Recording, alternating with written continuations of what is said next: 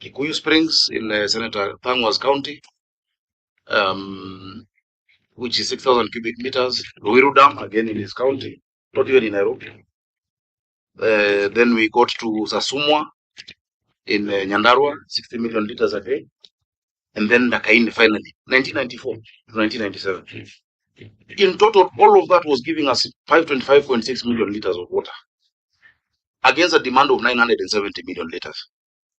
Chair, what this agreement does is that it formalizes our engagements with national government, because I've been able to increase that water by 140 million, but I've only been able to do it because for now, myself and the president see eye to eye, and that I was able to sit with him and ask him to.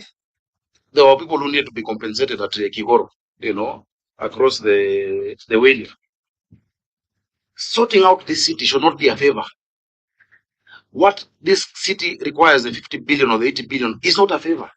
This city carries the entire 60% of the GDP of this country. But the people of Nairobi don't benefit, And Chair, now, in this agreement again, because there's still a shortage of around 220 million liters, I have secured Maragua 4 Dam, which is 130 million liters.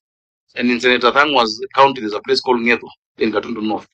In Ngedu, every day we lose 35 to 40 million liters as we filter the water through what we call backwash. I've secured the money to do reverse backwash system that will give me 55 million liters a day. In less than a year and a half, the water deficit can be sorted out. So Chair, Senator Percy Tobiko, my good friend, is very right. I am ready to stake my career on this because I am so sure if we implement this as we should, and I'll make sure it is. I'm chairing that implementation committee. Everyone will just say tuta, because it will be so clear things will have changed. There is no other solution. There is no shortcut for Nairobi. There is no, I don't know, professor you'll there. There is no other way but dealing with the financing issues. And this gives me a platform to follow up, whether it is a rating act, whether it is sectional properties, whether it is security, whether it is, how our officers are collecting the revenue. I can be able to do that. Waste management. There's nothing like national government coming to collect waste in Nairobi. No. Waste management has been a big challenge over the years. And I've had to analyze it, Chair, and come up with a solution. The solution for waste management requires, for instance, the waste to energy requires a tariff for energy. Nairobi doesn't buy power. For me to get that tariff, how much these people will sell that power, I need the national government. The offtake, because now what we're doing is recycling. Nairobi, and I can give you an example. Over the years, in 1977, had 80 trucks. 78, 66, it kept going down. 83, 44 trucks for solid waste management. 98, 13. 2003 is when it came up to 21. When I became governor, I got 24 new RCs, 24 new tippers. It is not enough. But I can only buy that based on the resources I have. I had 4,500 young people. They're now on permanent and pensionable basis who are called the Green Army. You see them. But what happens, Chair, when that Green Army have collected trash, then exchequer is delayed.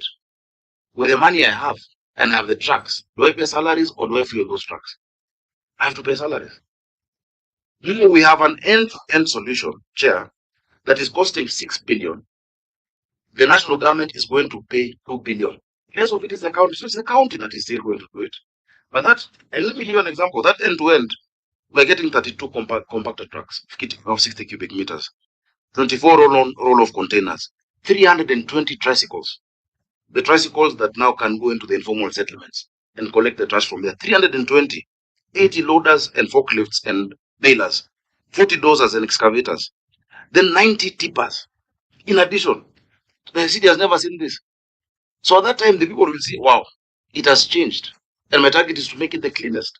But you see, all of this, if you look at the sheer amount of this contract, cannot be done by Nairobi alone. I don't have the 6 billion per year to do it. Remember, I've explained to you, everything from equitable share ni mshahara too, and the rest goes to the county assembly. Everything else is this parking I'm charging here, land rates, which many people are not paying. Out of 250,000 parcels, only 50,000 people are on account. So we want the Paris lifestyle, but with a Nairobi, the people say you have champagne taste on a beer budget.